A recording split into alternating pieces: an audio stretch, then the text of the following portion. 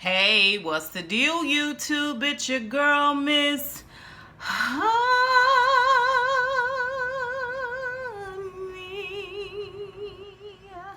Welcome back to the channel, you guys. It is your girl, Miss Honey, here for another Power Book 2 Ghost Season 1 Episode 2 review.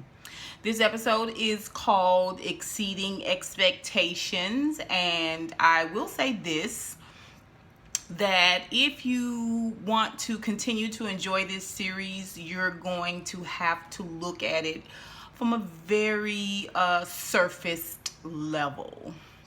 I talked a little bit about this in a live chat on Really BTV. If you guys do not know about Really BTV, she does quite a bit of show reviews, but she also, as an educator, does these really fair and balanced conversations about things that are going on, social commentary.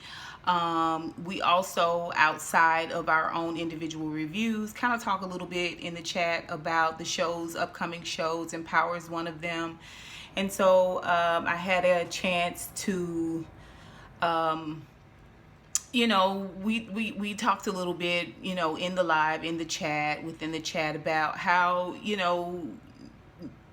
neither of us are really passionate about Power like we were season 3, season 4, where we were just infuriated and we were still expecting things to go a certain way and just be written a certain way, and certain things exposed, certain subject lines or storylines would head in a direct, scabs.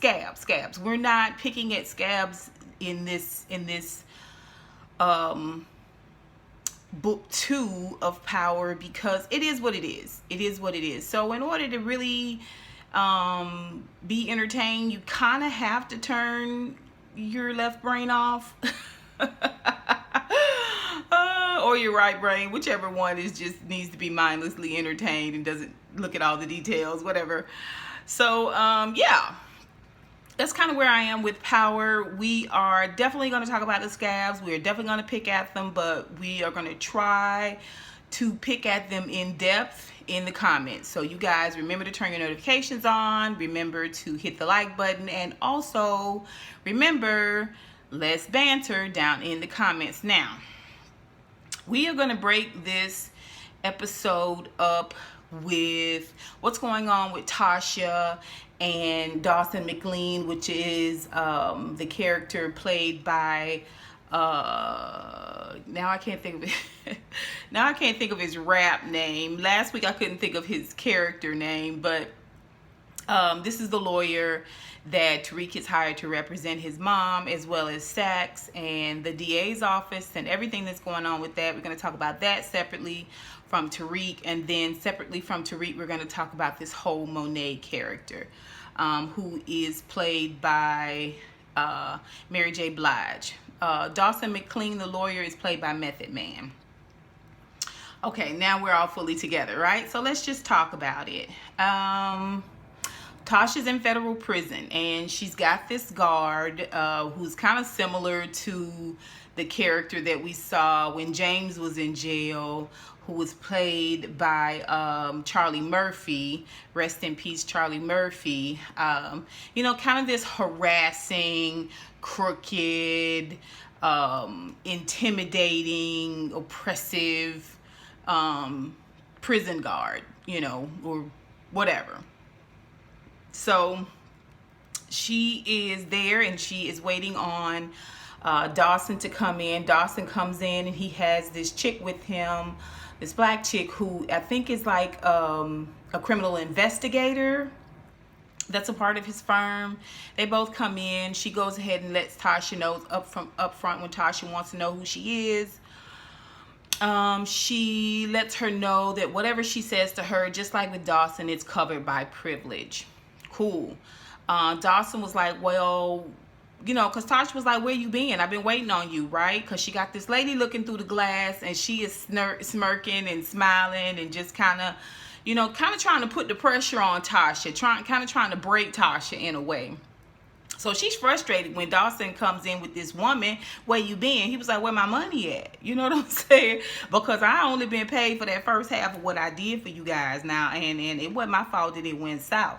So they just started asking her all kinds of questions about what's really going on. Why would you bring Tommy Egan up? Why wouldn't you bring up Tommy Egan to me when I asked you to tell me everything? Because I didn't think it mattered. We're going to see Tariq used the same thing later on when Dawson asked Tariq about, why didn't you tell me about time? Well, because I didn't think it mattered. Right, okay. Right?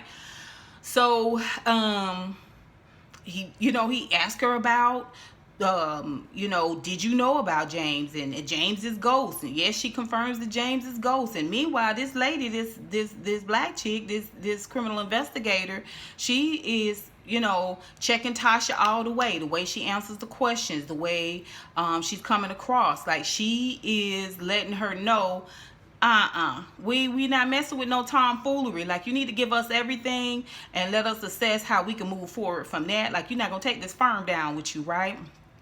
Dawson is looking at it from more of a come up perspective, right? But at the same time, he's a good lawyer, but he don't like to lose.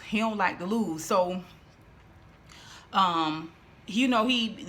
they all discuss it, like, kind of back and forth, and Tasha's just like, I don't know. Now, she hasn't let on the fact that she knows all of these things, this relationship that she had with Blanca and Stacks, like all those private things behind the scenes, Tasha's not coming up on, okay? And we're gonna see Blanca Rodriguez later on in the episode, right? Yeah, Blanca. So he decides that this whole thing has to be political, and he's going to go before the judge and he's going to argue this point and try to get the case dismissed. We get to see where after he gives the rundown to Tasha and asks about his money and decides he's going to take this stance, he talks to Tariq, and Tariq confirms everything basically Tasha said. And of course, I didn't think it really mattered. And he asks about Sax. Tariq kind of is like, oh, I don't know a lot about Sax, when he knows that Sax was there the same night. He was one of the people that was gunning for Ghost that same night, right? Before Tariq thwarted it for everybody. Then he asked Tariq to do the eulogy. After he tells him that, he's going to pursue this political angle, like why they're trying to do this whole federal queen pin case type thing, why they're trying to push this, it must be political. And Tariq's like, I don't know, you the lawyer, right?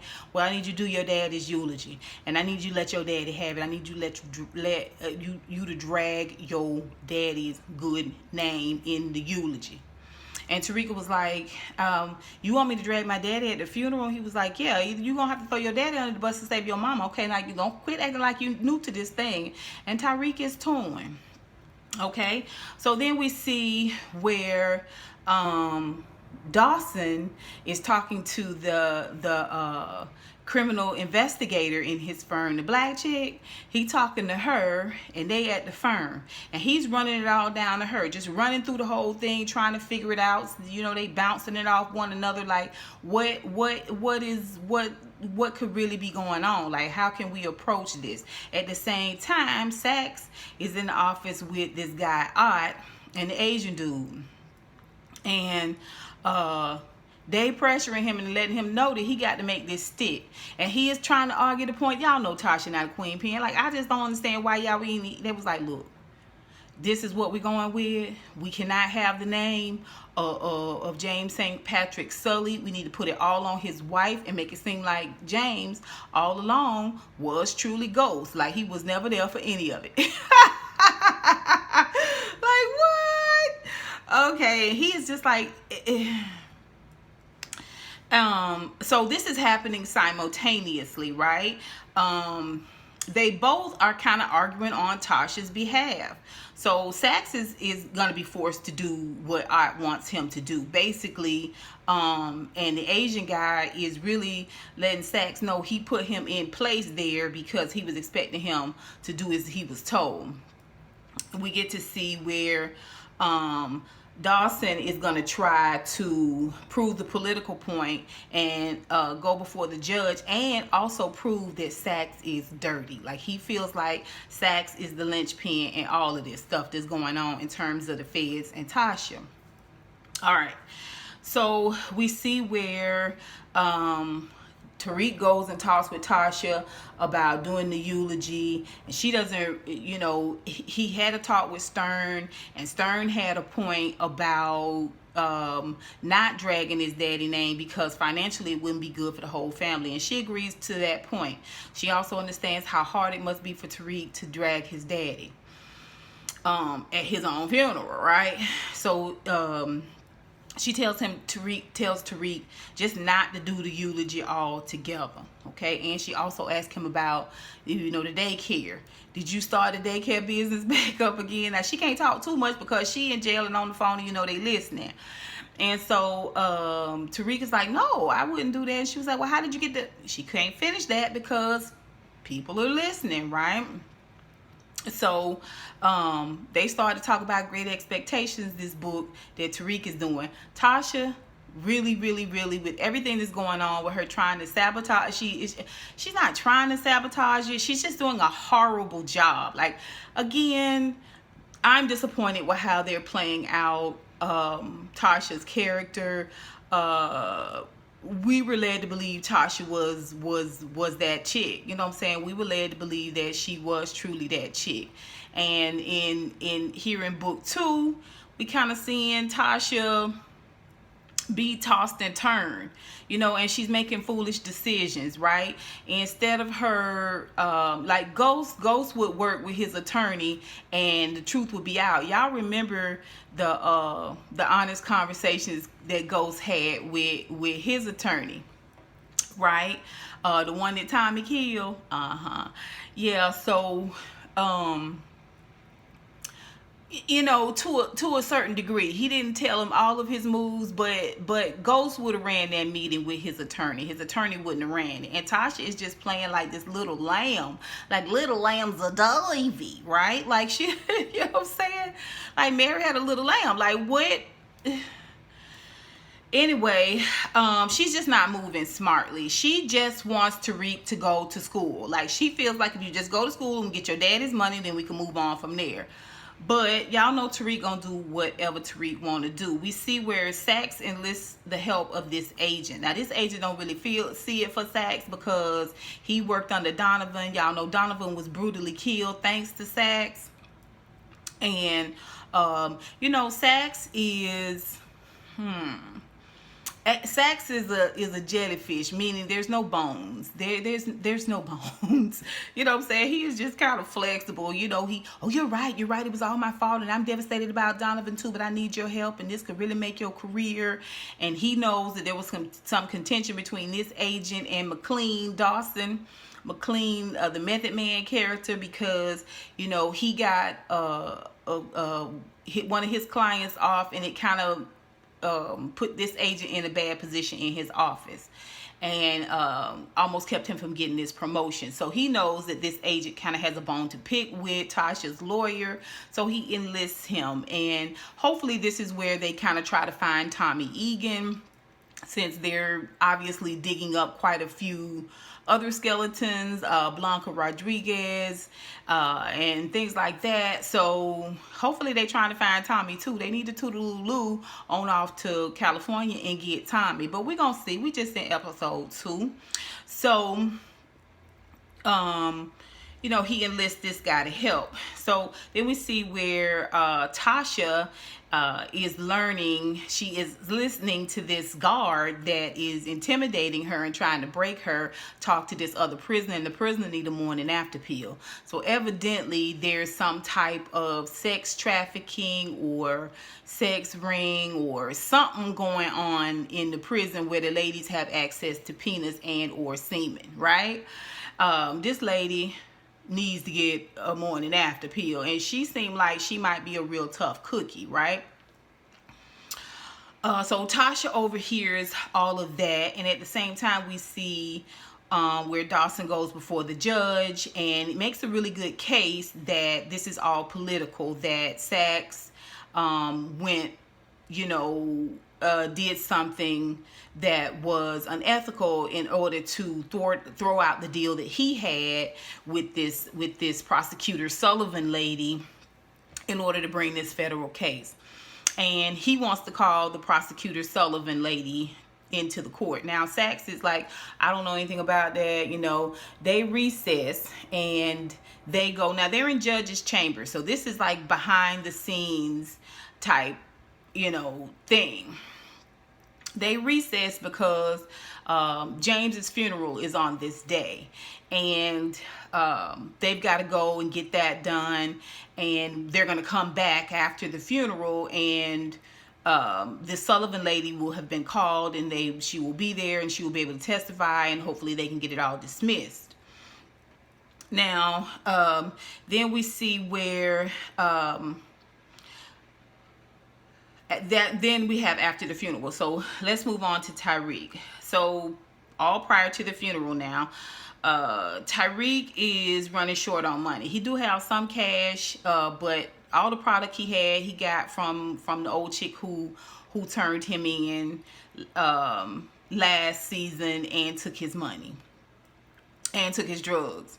So he took her drugs, took it down to the club. The girl sold it. He was able to get McLean half his money, or the first part of his money.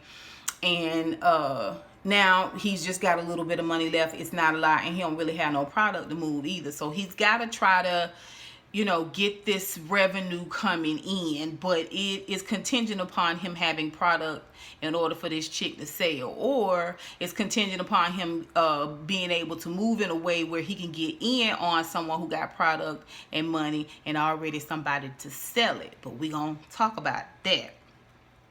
So Zeke is coming out of the bathroom, and he is razor sharp, and he lets Tariq know that the college is not giving him money for that. That his Aunt Monet is keeping him in these fine garbs. And Tariq is like, well, I'm sick of I started to call it the mess hall. I don't know if you call it the mess hall. I think you call it the mess hall in the military. Dining hall. So he's sick of the dining hall food, and he want to know if he can come by Monet's house later on for dinner. Okay, Tariq.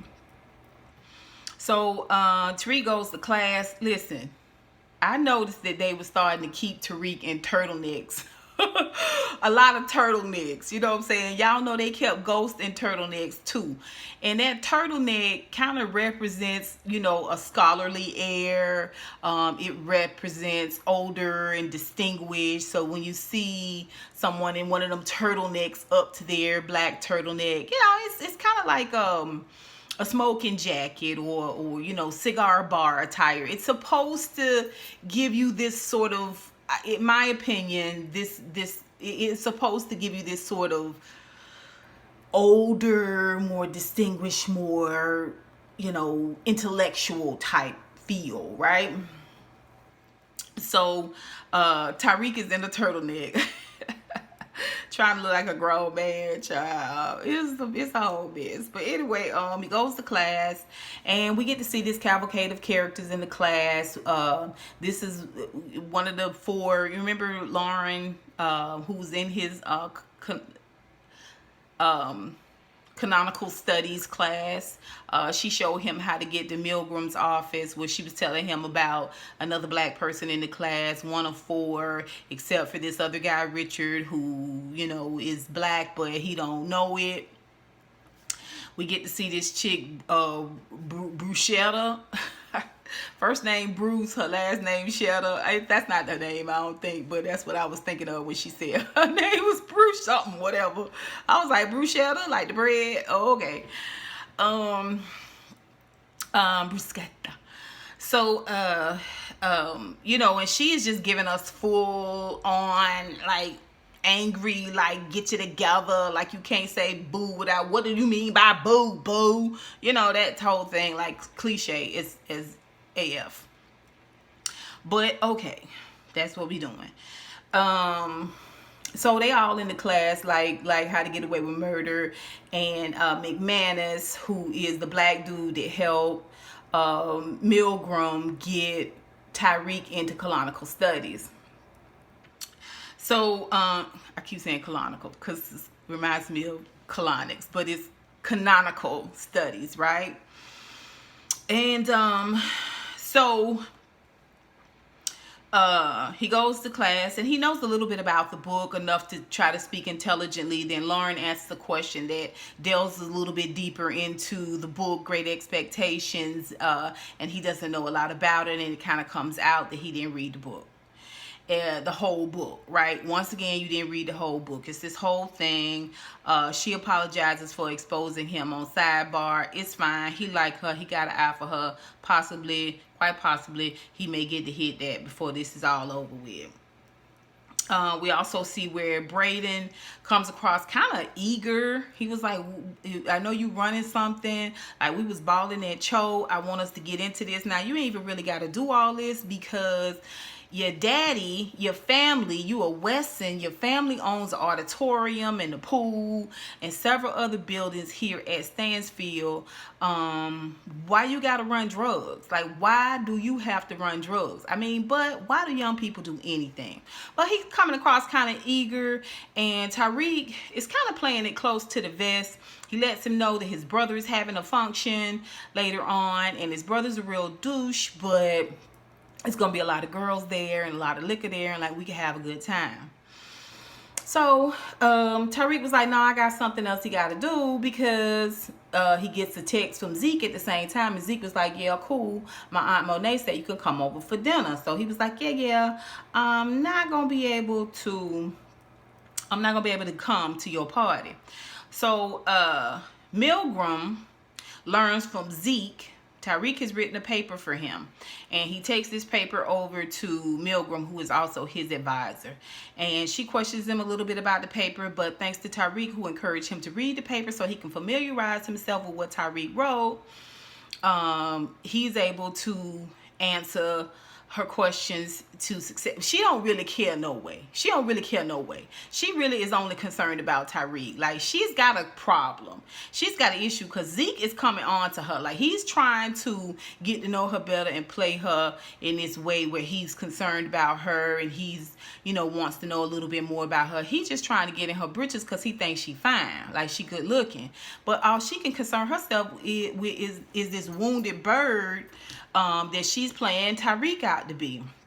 And it's almost like she's got a crush on Tariq. It's almost like the way Zeke is interested in her, she interested in Tariq. So he asked her what she had for breakfast. She want to know what Tariq had for breakfast.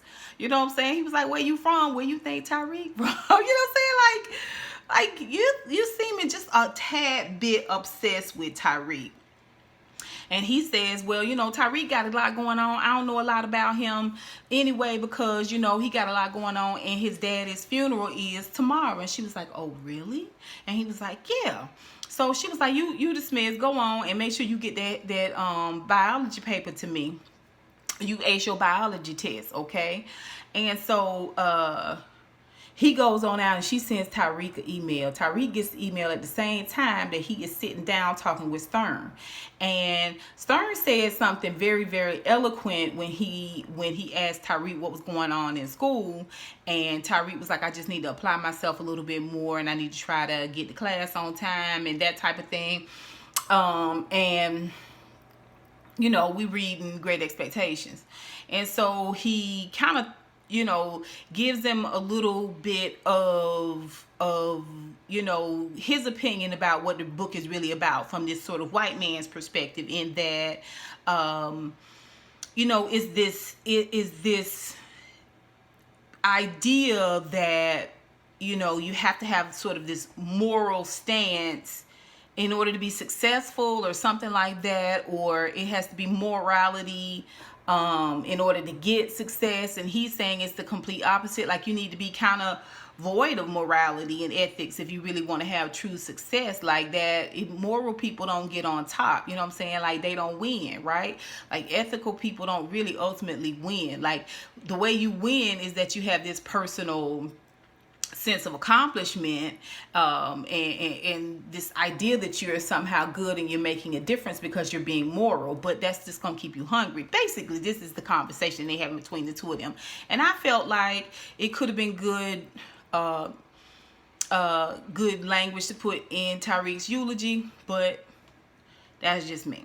Anyway, so he gets this email from Milgram. So he leaves there and goes straight to Milgram's office, and she is just practically trying to breastfeed Tariq. And Tariq is like, I'm cool, I'm fine, I don't want to talk about that, I don't want to get involved in that. I know what I need to do. I appreciate you fighting for me. I just need to just step my game up a little bit more in terms of my studying, and I also need to get to class on time, right?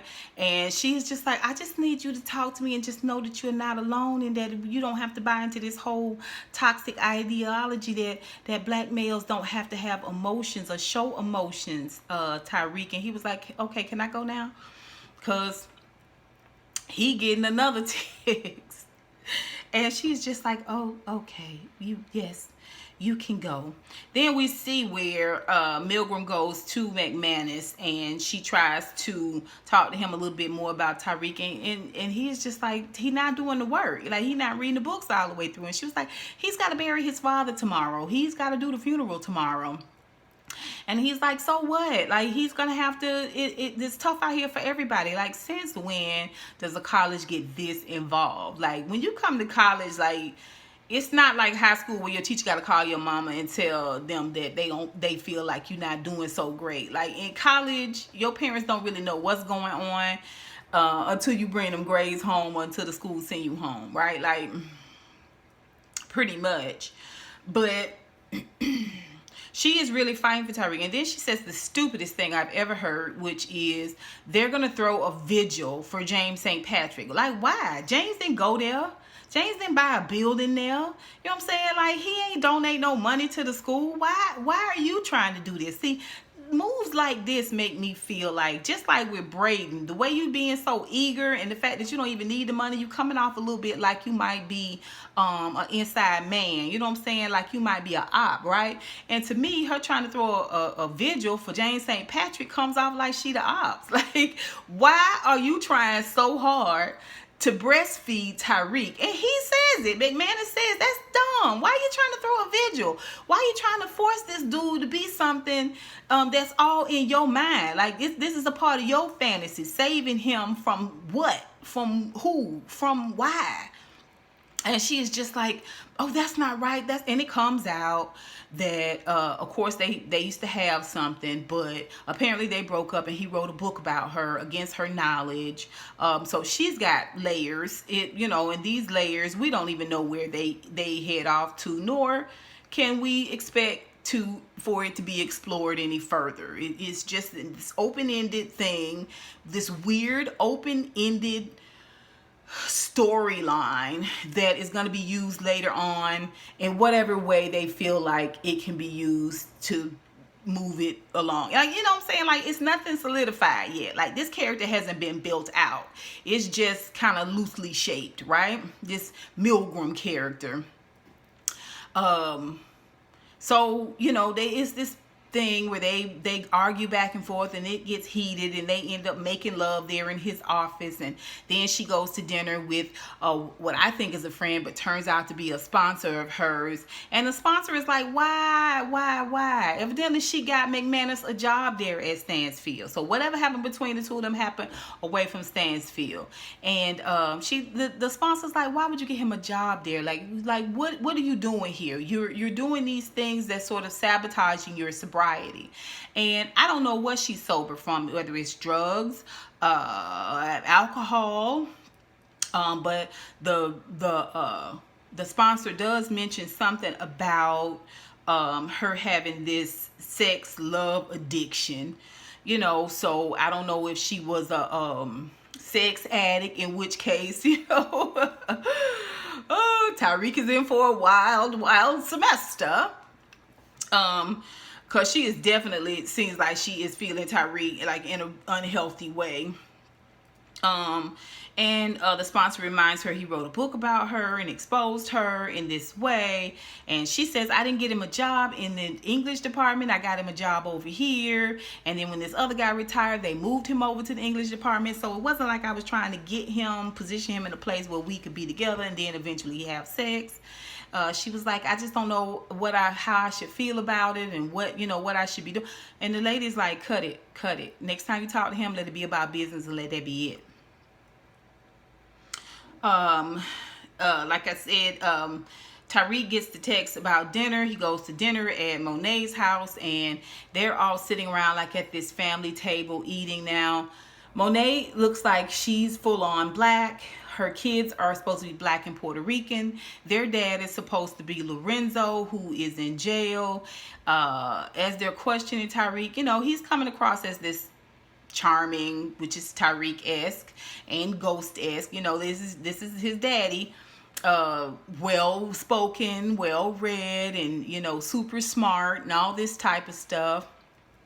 Knock at the door, it's Uncle Frank. Uncle Frank was in jail, but now all of a sudden Uncle Frank is out. And he want to know if Monet got something for him, like some money or some work or something. And she was like, what are you talking about? Why are you here?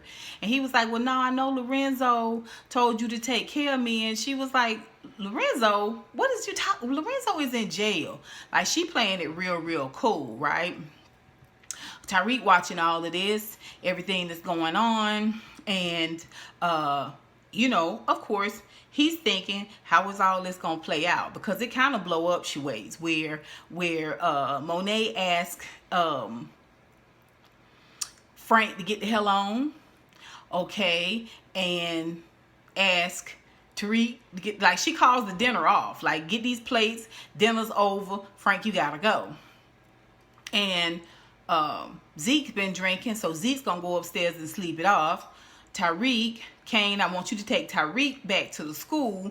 Drew, the other brother, that's the one that looked at Tariq crazy about when he was first introduced to Tariq. Like, he was sizing him up. But when Tariq during dinner mentions that he took an art class, Drew is the only one that's excited about that. So we're gonna see a little bit more from this Drew character, obviously, as it pertains to Tariq.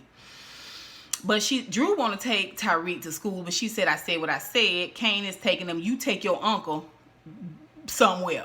Get him away from him.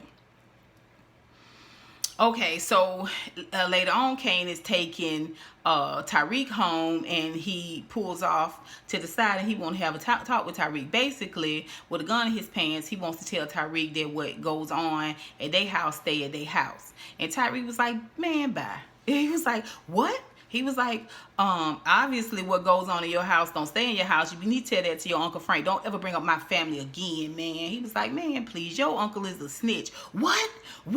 How you figure that? So Tariq tells him all the obvious things. Listen, he got out. Y'all didn't even know it. A parole hearing takes months. Y'all would have known he was getting a parole hearing. Only people get out of jail that quick and that quiet are people that's snitching. He also tells him that,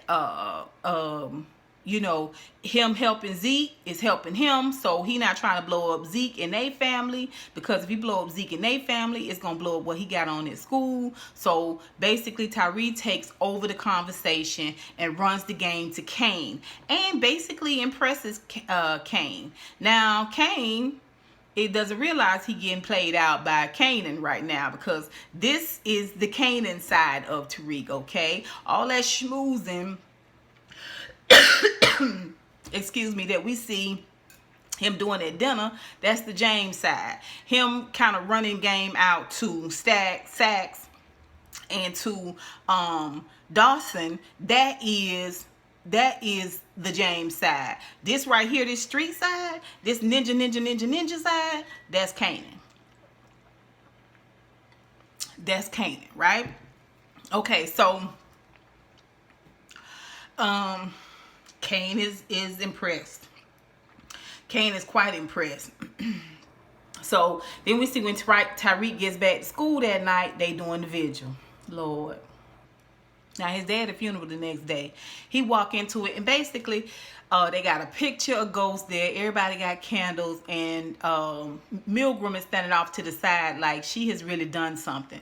Like, Tariq, do you want to speak? Do you want to speak? They filming him. They taking pictures with James's photo. Like, it's all over social media. You know, it's uncomfortable as hell. Why she didn't think about that? I'm like, you somebody advisor? You supposed to be advising people? Come on, child.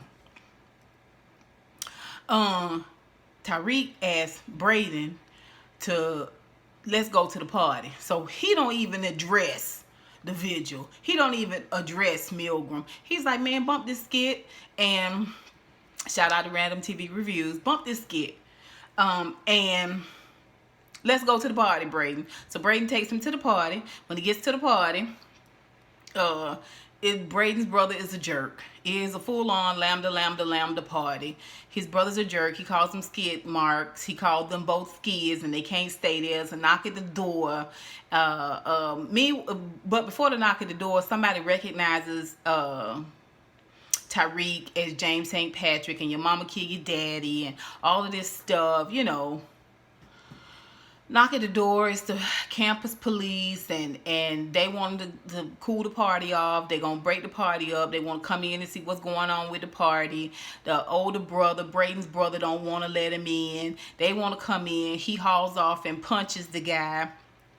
The guy goes down. They're going to arrest him and take him off. Braden stands up and says, I'm Braden. Sorry about all of this. My brother's acting crazy. But we're Braden and yada yada Weston. So lady's like, Weston? He's like, yeah, Weston. The one that owns the auditorium? Yes, and the pool.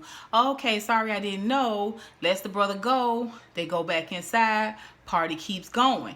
And Tariq watches all this go down. And Tariq is like, okay, well, maybe I can make mad bank here. Like, maybe Braden is onto something. Tariq. Pace yourself. Pace yourself. Now, your daddy would do a deep dive investigation into the Weston name. He would do a deep dive investigation into both the Weston boys, okay? And he would build a cachet, if you will, a vault of information on all of them, so that if anything goes south, he's built himself a plan B in place. But you take care of yourself, Tariq. Let's see what you do, right? We all know you smarter than your daddy, right? Okay, so let's move forward. And we come to the fume. Okay, so Tasha don't want Tariq to speak.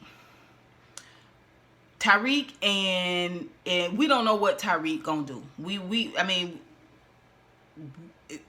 he's torn at this point as to if he's gonna speak or if he isn't gonna speak, or you know,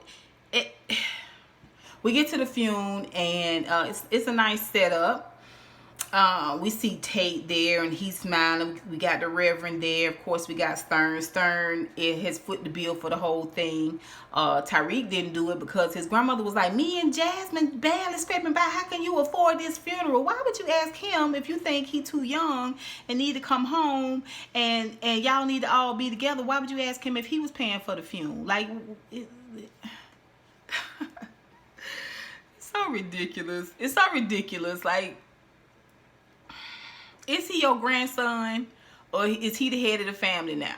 Like, whatever. Anyway, it was this dumb moment. It was a dumb moment. Anyway, so let's see. Stern is there, and Dawson tells Tariq that he don't have to speak, that Tasha gonna speak. What?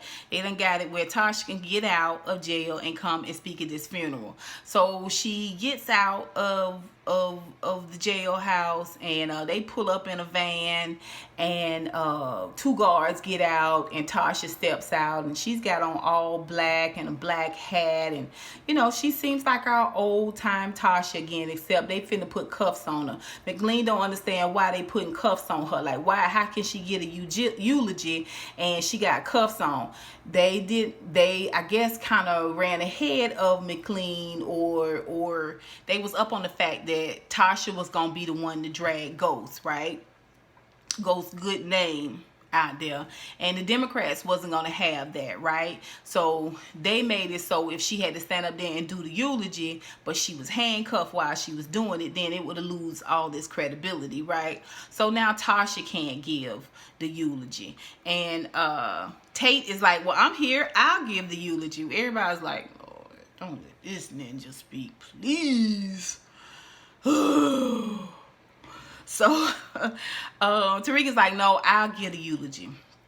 So everybody goes to sit down, but before they sit down, we get to see James's uncle, his daddy's brother, walk up to Tariq and, you know, give him some words of encouragement. Apparently he didn't know Tariq all that well, but he can tell that he's smart like his daddy, and his daddy did they family proud because his brother told James only one way you gonna end up out here in this world as a black man is in jail or in the grave, and he was glad that he was able to be successful. And remember, James bought that building before he died from his uncle, so we probably gonna see his uncle again. But yeah, and your daddy did it all right, and you know he made this whole family proud. Now, if you drag him, it's gonna be kind of like dragging your family legacy, right? At the same time, he don't really want to drag James because maybe he do feel uncomfortable about it, but also he's thinking about it from a financial aspect.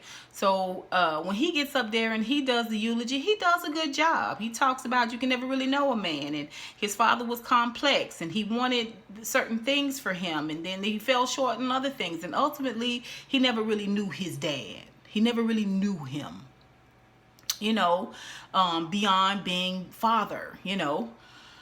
And you know, it's this moment where everybody kind of agrees, you know, yeah, that made me feel good and that made me feel good, and it seems like it would do well. McLean lets him know afterwards that he did a good job with the eulogy, but Tasha would have did better in terms of his case, is how he means that. So you know, it Stacks, I think, and Tate go to shake Tasha's hand, and she's just like, child,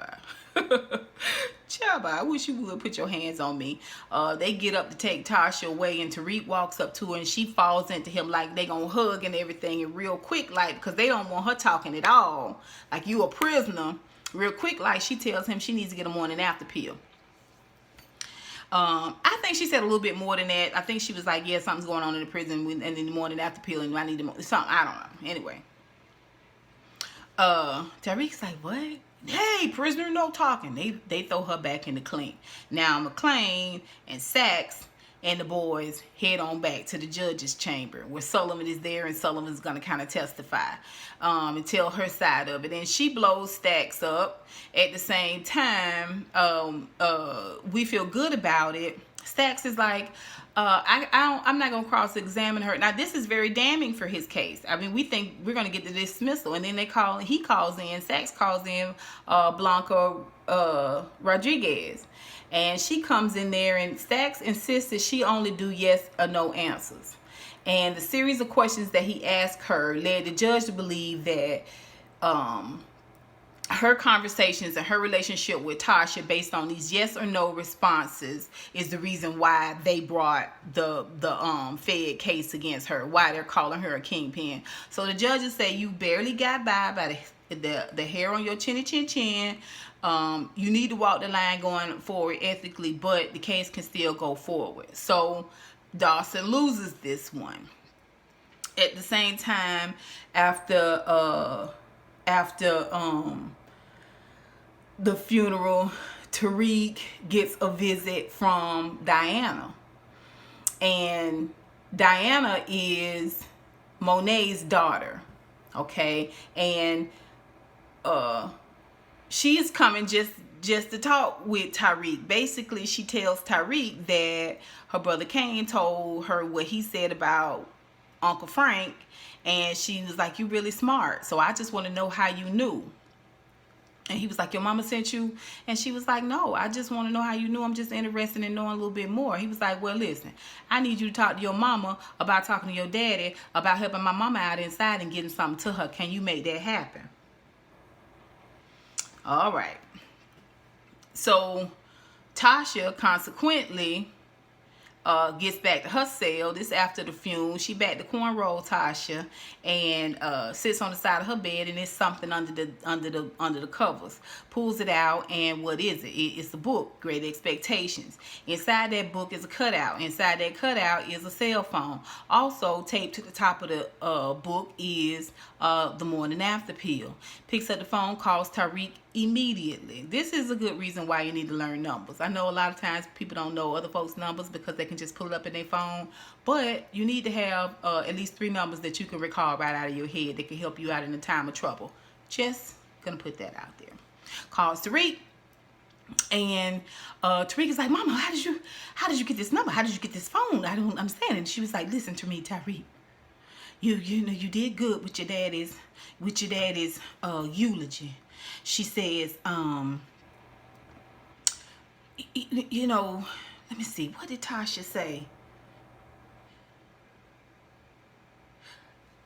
I forget what Tasha said, but Tariq says, she says, did you start the business back? He was like, listen, mama. I think I have found a way for, to avoid this whole it's either jail or grave thing. I think I found a way around that, whatever that means. All right. Now let's just talk about Monet. Monet is sleeping with this Puerto Rican police officer, and basically he there to help her out. She treat him like ish. I'm talking about like ish. Like he can't ask her how you doing today, beautiful. She was like, who you calling beautiful? You know what I'm saying? Like she's not giving him 1 inch. Don't even remotely get it twisted. What I'm doing with you is just what I need to do to feel better about me. Like, you know what I'm saying? Like you just a tool that I can use, right? I was like, dang, what is the sex like? If you this cold during sex, like you must be choking this dude out, like slugging him hard to the face. I mean, what is y'all sex life like? Anyway, this the same cop that came by that night that the fight broke out between Kane and this other dude, the one that he killed later on. And we get to see where after the whole Frank dinner, we see that Monet is like, she really is like the queen pin. Like she running the family. I don't know how Lorenzo did it, but she run this family like a tough ship. And everybody listens to her. Nobody questions her. Nobody talks back, right? So we get to see where she talks to Diana, and she kind of lets Diana know after Frank came in and kind of made a pass at Diana over dinner. She lets Diana know that she need to talk to Frank and use that. Now, this your own daughter. This your own child. This why I was like, she must be ruthless as hell. You gonna say your own daughter in to kind of use her sexuality to get some more information from Frank, trying to find out why Frank was coming back. You know, why you here? Like, what's going on? And she was telling her how to kind of read the situation. Why you think he got out early? Do you think it's, you know, and she's teaching her. She's grooming her, basically. So when we see Diana go over to Tariq's room, it's smart that he says, did Monet send you? Because he knows that Diana really isn't, you know, she's not fully into the game like that. Like, why you here? But we also know that when Diana returns from Tariq's room, she tells her mother that she went to see Tariq and this is what he wanted. And the mama was like, okay, this is doable. See, when Kane came back and while her mama was grooming her, he told her what Tariq said. And she sent Diana on her way, but she wanted Kane to tell her Monet wanted Kane to tell her every single thing that Tariq said. And after that, she go wake Zeke up off the sofa, and she was like, Zeke, what do you know about Tariq? And he was like, I don't know anything. She was like, you need to find out more about that boy. So in my mind, I was like, High James was a big drug dealer, and Tommy Egan, but y'all don't know him. Y'all big drug dealers or big whatever. I don't know what they run, if it's drugs or guns or what, but how you don't know? How you don't know who James St. Patrick is? How you don't know from social media the vigil the night before? How you don't know from the fact that all of the cameras that was at James's funeral? How you don't know from just the news in general, from the Tate angle? Like, you never heard of the St. Patrick's? You've never heard of James St. Patrick? Like, how is this possible? How is this possible? You don't know Tariq? Come on. I don't know. Like, it's just, okay, fine. Tell Zeke he needs to learn a little bit more. Meanwhile, we see where after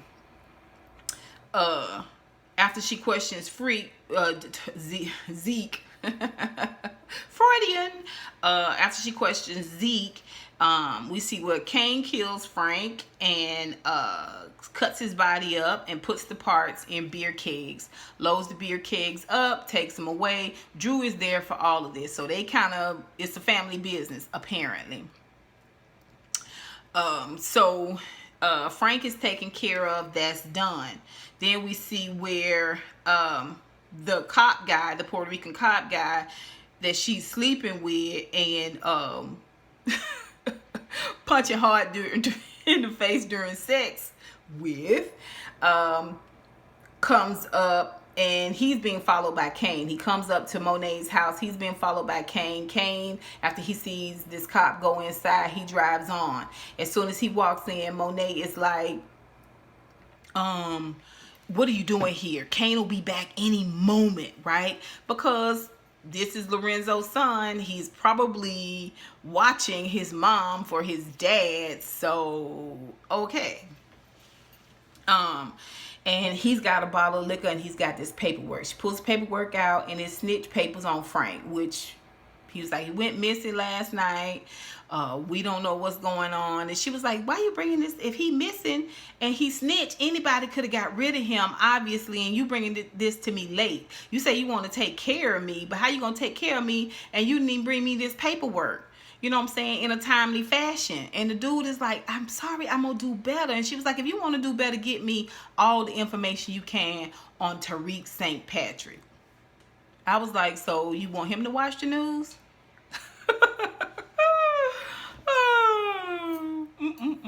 But you can get a cell phone and a morning after pill in jail. Okay. That is Power Book 2 Ghost Season 1 Episode 2 Exceeding Expectations. You guys remember to put the scabs down below. What are some things that you saw? What are some of your favorite characters so far? What's some of your least favorite characters? What are some of your unexplained, unnecessary, where the hell you came from characters? And who ultimately are all of the snitches and the moles? Y'all let us know. Y'all, let's talk about it. Put it down below. And until next time, honeybees, mwah, mwah, mwah. I holla.